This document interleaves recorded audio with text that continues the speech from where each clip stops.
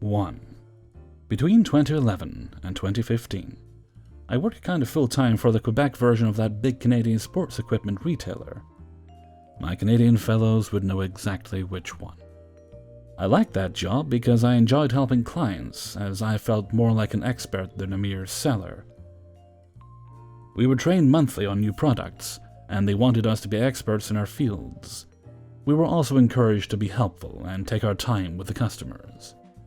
We didn't have a particular dress code, but each employee would wear a bright royal blue nylon zipper vest with the name of the store on the back, the logo on the front, and our name tags.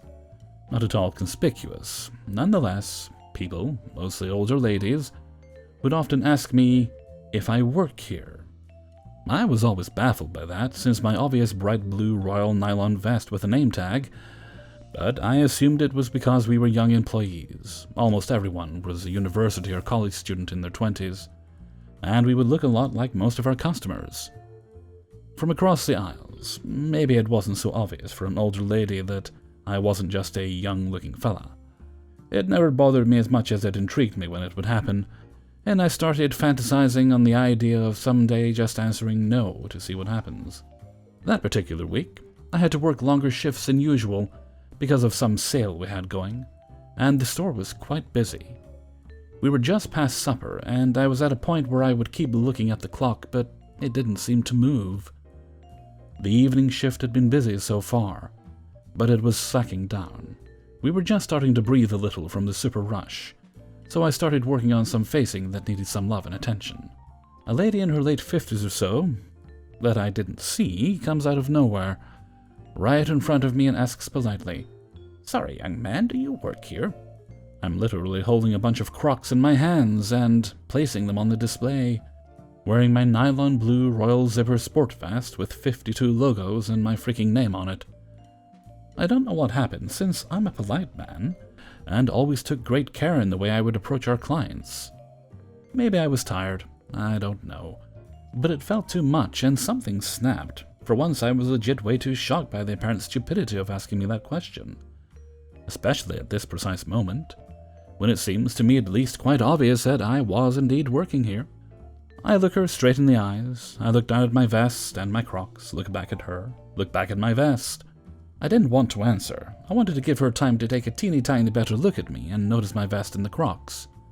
The lady is nice, you know. She approached me politely, she's not a Karen or entitled. I'm the problem here. She keeps looking at me with those honest interrogation marks in the eyes. It's been 2 or 3 seconds of awkward silence. I felt it boiling inside. I gave her a chance. Nope, she doesn't see it. It's gonna happen soon if she doesn't see it. Oh fuck, I'll do it, it's happening. Sorry ma'am, I don't work here. And I just go back to putting these Crocs on display. She goes, "Oh, sorry," and then just runs around and keeps looking for an employee. First of all, I'm bewildered, positively confounded. She obviously had no idea whatsoever, despite all the signs, that I worked here. I didn't know it was possible, but I'm impressed in some way, but then I immediately regretted it. I never thought she would buy it, but she did, and now I feel bad, and I can't go back to her without looking like a big idiot. No, sorry ma'am, I was joking, I do work here, how can I help you? She wasn't angry at all for my poor joke and said something like, "Oh my, I wasn't sure, I must admit." I served her, and she left, and everything was all right. But I learned my lesson. Most of the people, when they ask if you work here, whether you actually work there or not, they legitimately have no idea whatsoever, no matter how obvious you think the answer is. 2. For context, I work at a grocery store. When a customer uses a rewards card, every 100 points equals either 10 cents off a gallon of gas at our company's gas pumps, or $1 off of a purchase. Most customers prefer the gas money since gas prices are expensive where I live. But occasionally I'll find a customer who's willing to go through all the tedious steps of turning their rewards points into a grocery discount. When the discount is transferred onto their card, it automatically comes off the next time the customer uses their card on a purchase. Anyway, time for the story. An older man, probably in his 50s, comes through my lane the day after Christmas. He's pleasant, albeit a bit unenthusiastic. Whatever, it's 7 p.m., right after a major holiday. He probably just wants to go home. All he's buying is a sandwich from our in-store deli. I go through the whole "Hi, how are you today" script as per usual as I ring up the sandwich, which is $3.29. I ask him if he has a rewards card he would like to use. He does, and I scan it. Then I hit total. I stare in confusion at my computer screen. I have dyscalculia, like dyslexia but with numbers. So at first I think I'm reading all the numbers wrong, but no. The computer definitely says $0. And there is a little message on the item list on my screen that says grocery discount minus $3.29. So I know I'm not hallucinating. I smile pleasantly at my customer and say, "You lucky duck, you had some grocery dollars on your card and you're getting this for free." I thought he'd be pleasantly surprised. It's a Christmas miracle. He doesn't have to pay for his sandwich, but no, instead he frowns. I don't remember exactly what he said here, but he was very unhappy his discount had come off this purchase. "Take off the discount," he tells me. What? I ask him, trying to retain my customer service voice. "I wanted to use my $7 discount on my grocery order next week. I don't want a discount on this, I want to pay for it." He's getting belligerent, and I'm getting nervous. "I can't take the discount off, sir," I tell him, trying to stay pleasant. "There's no option on my computer for that, it's automatic." "Well, how do I get my $3 back on my card then?" "Well, I can void this whole transaction and start over, and you don't have to scan your card this time. I just have to get my manager to authorize—" "I don't want to wait." I think fast. I have a lot of options here, but none of them will make him happy. I decide I'll just shove him off on the people at the customer service desk. They'd be able to help him a lot better than I would anyway. "Here, I'll just go through with this transaction. Then you can take your receipt over to customer service, pay for your item there, and get the discount put back on your card." I finish the transaction. He doesn't thank me or say goodbye, and I continue on with my evening.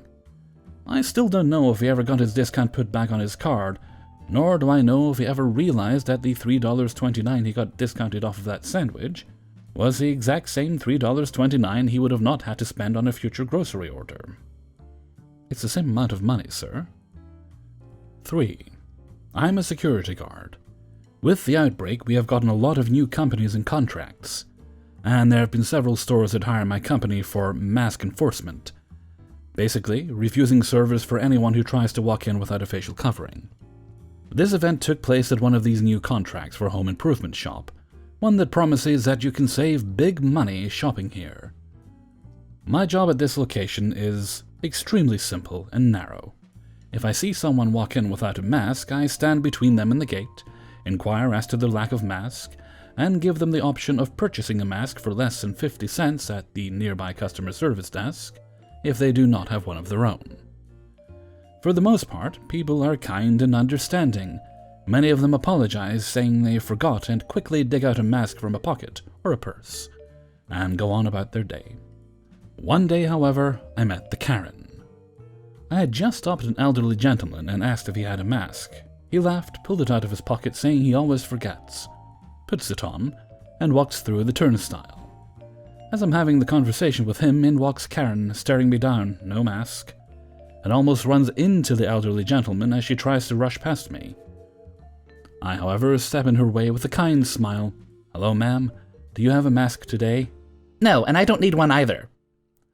"I'm sorry, however, the store policy states that everyone is required to wear a mask. If you need one, you can get one over there," pointing to the customer service desk, "for just 42 cents. "I told you I don't need a mask. I just need a washing machine. Where are they?" "I don't know where the washing machines are. However, I can't let you pass this point without a mask. Please either get one on or see the customer service desk to purchase one." "What do you mean you don't know where the washing machines are? What kind of incompetent worker are you?" "I am not an employee of this store. I work for a third-party security company. I do not know this store, but you cannot go through these gates without a mask." During this time, Karen tries to walk around me multiple times. I keep stepping in front of her, keeping my hands low and calmly repeating, "You need a mask." "You obviously work here, and I don't like your attitude. Either tell me where I can get a washing machine, or get the hell out of my way." She, pointing to customer service, will be more than able to help you find what you need, as well as sell you a mask so you can shop here. At this point, customer service realizes that something isn't right. As for the most part as a guard, I smile and wave, pace, and I don't really interact with customers. So when I am no longer smiling, standing still, and speaking with a customer, this usually means that something is going wrong. "Hello, what can I do to help you today?" She is looking, "I want a washing machine, and he refuses to tell me where they are. He just keeps getting in my way and telling me to wear a damn mask." "I'm sorry, but he does not work within the store. His job is just to enforce the mask rules. I would be more than happy to help you. Do you have a mask today?" "No, I don't have a mask, and I'm not wearing one." Some long-winded rant about HIPAA and civil rights. "Well, ma'am, he won't let you in without a mask, and unless you have one, I would be unable to assist you in getting the washing machine you want." "I've had enough. Get me your manager now." Customer service then gets on her walkie and radios for a manager to come up. "Hello, how are you today?" "I'm doing horrible. Your employees are useless, refuse to help me, and won't even let me in the store. I demand you fire them both." "I'm sorry, but he," pointing to me, "is not an employee here. We hired his company to enforce mask policies." "I've already told you people I won't wear a fucking mask. Now fire these people and help me get my washing machine." At this point, she is escalating more and more, and is getting very close to the manager, which triggers my training. Normally, I am not allowed to go hands-on, however, there is an exception when there is a significant threat of violence to myself or employees of the company I'm working at. And it's starting to appear as if some violence may happen. "Ma'am, I'm going to need you to calm down, please, and back away from the manager. We don't want any physical contact." "I'm not talking to you. You're about to be fired anyway. You might as well go home already." "He's not going to be fired. He's doing his job. And I would be more than happy to take you to our washing machines, but you need to get a mask first." Another 5-minute argument, during which I am forced to stand between the manager and Karen, as she is getting more and more aggressive. The manager took his chance to motion for customer service to call the police. "At this point, I'm going to have to ask you to leave. I won't have you yelling at our security or refusing to follow our policies." "I'm not leaving until you fire this asshole. And I get my washing machine. And get out of my way. Don't you know it's rude to get between two people talking?" "He is doing his job and making sure no violence happens. We have called the cops. Leave now." About 5 minutes later, the cops arrived with Karen screaming that we physically assaulted her and hit her when all she wanted to do was get a washing machine. And even after the police reviewed the camera footage, she held to her story. As they attempted to trespass her from the store, she swung at me and luckily missed. That, however, was enough for her to leave the store in handcuffs. I'm not sure why she thought I was an employee. My uniform is grey and black with a bright red logo, and the store's uniform has a lot of blues and greens. But all's well that ends well, with Karen in the back of a police car. 4. So this happened a week or so ago, and it's still in my mind as one of the weirdest things to happen to me at work. And I've only worked at all for a year, so who knows what the future holds in store. Pun slightly intended. Some details to preface this. I work in a local convenience store. We sell snacks, tacos, and chicken, delicious, and gas, not diesel, hence the title. Although we have a button and a spot for diesel on the pump, we don't actually have it. Also, the large majority of our customers are regulars.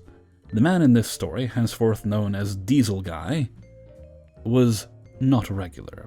None of us had ever seen him before. It was about 6 p.m.-ish, and I still had to wait until midnight to go home. It was pretty slow that day, and my coworker was going to leave in 2 hours to leave me by my lonesome, except for the stalker, who'd be around the store.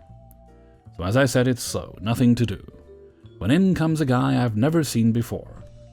We get a lot of regulars, but it's not uncommon to see passers-by and whatnot. He wasn't wearing a mask, but had a cloth over his face. His shirt was dirty and had what seemed to be oil stains. It looked as if he had just been working on a car or something. We get a lot of blue-collar workers who come here, so it's not uncommon to see people looking like that. Anyway, he walks up to the counter and pulls 4 $1 bills out of his back pocket and places them on the counter. He says nothing, he just stares at me. So I wait a moment to see if he says anything. Silence. Sir? What is this for? Sir? Is this for gas? Para gasolina? He vaguely points at the gas pumps. Okay, we're getting somewhere now. Okay, which pump, sir? Donde? He holds up 2 fingers and grunts. Okay, so $4 in pump 2, just trying to make sure. Still no answer. Cuatro en dos? Grunts and leaves. I shrug, put the money on pump 2. After that, I turned to my coworker and asked him what the hell that was and laughed. He said he didn't know and laughed as well. So, I can see the screen of the register that he's pumping gas. So I assume that's the end of it. It wasn't. The next part is where 2 things happen. You'll find out why he's called Diesel Guy. He speaks English at that. He comes back in a moment later, half in the store, half out. He looks at me, and the following exchange happens. Hey, do you guys have diesel? No, sir, we don't. Can you put diesel? We don't have diesel. But can you put diesel? Sir, we don't have it. Okay, but can you put some? We don't have it, sir. We don't carry it. Can you put diesel? We physically do not have it, sir. I can't give you what we don't have. But can you put some? At this point, I was so frustrated and just ducked behind the counter, and my coworker said he'd deal with it. He walks outside with the guy to figure out what happened. Coworker came back and told me that he had a hard time asking him questions because Diesel Guy said mostly nothing, even if coworker asked him in English or Spanish. Turns out the guy had already pumped the gas he needed. His car didn't even take diesel, and that was that, or so I thought. At this point, I don't remember if I was on break or in the bathroom, but the point is, I wasn't in the room when this next part happened. So to save time explaining, coworker and Diesel Guy had a similar conversation in which Diesel Guy tells coworker he thinks he pumped diesel and fucked up his car. Coworker tells him that he couldn't have messed up his car with diesel because we don't carry it. This exchange goes on for a while before Diesel Guy says, You don't have diesel? No. Okay. And he walks out. Apparently, when they were outside, Diesel Guy said the same thing, realized we didn't have diesel. To make a long story a little longer, Diesel Guy was still in the parking lot with his hood open, messing with the engine. Turns out his car wasn't working because it was overheated. He came in again, and coworker asked if he needed help with his car, and basically had to play charades again to understand that the guy needed a gallon of water to cool the engine. When coworker finally asked if that's what he needed, Diesel Guy just walked out the door. Coworker got him some water, and the engine was cooled off, and Diesel Guy left. The rest of the night was slow, but that moment made it interesting enough to not care as much.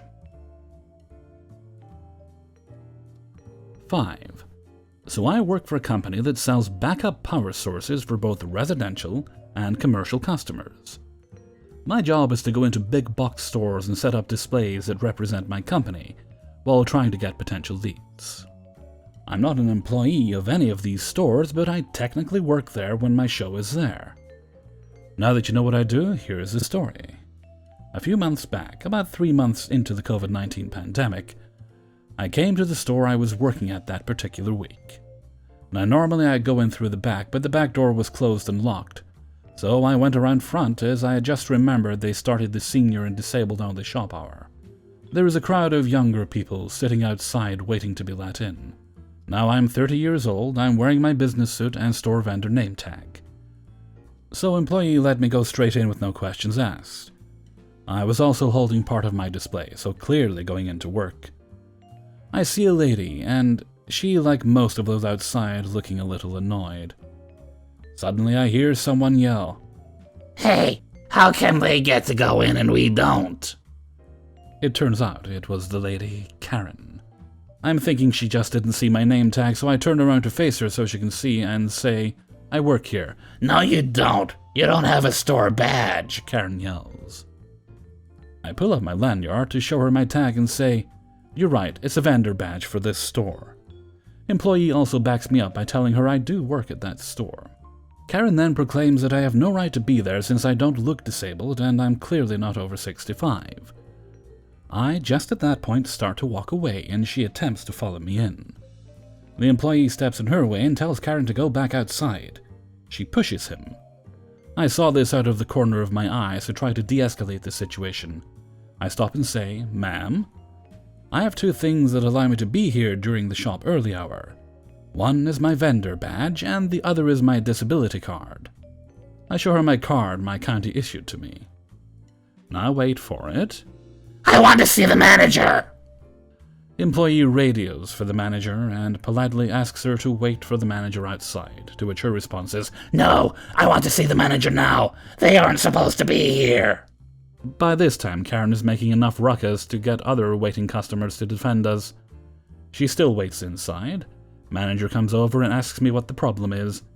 She tells him how I am not supposed to be here, that I don't work for this store, and I am faking my disability, which he is aware of in case of emergencies at work.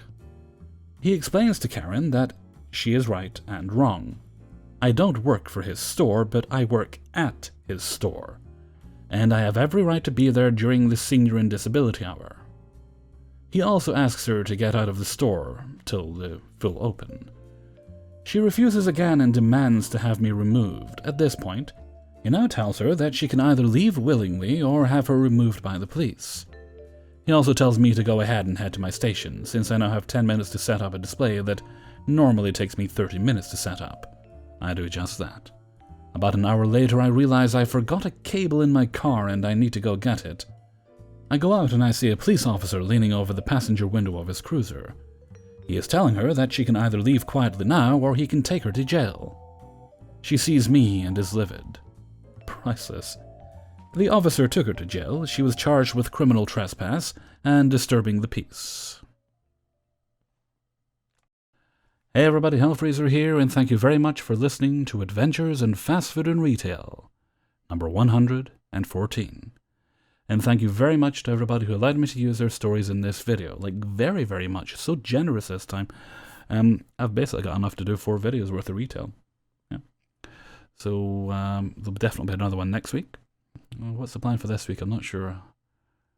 We'll see. I think it's Hotel and Revenge, Let's Not Meet, hopefully Paranormal, and Spinning Plates, and Neckbeard. So I think that's the plan for this week. But yeah, there'll be more retail next week, so that's good. It gives me less work in terms of finding stories. It's always good when I can have them sitting there in advance. Takes the stress off.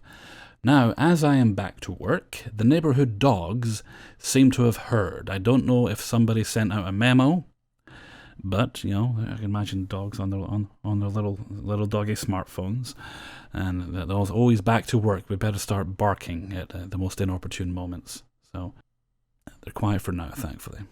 They'll probably wait till I start actually recording a story again before they get at it. Okay, right, and with that, I'm going to head off for now. So until next time, thank you very much for listening, and take very good care of yourself.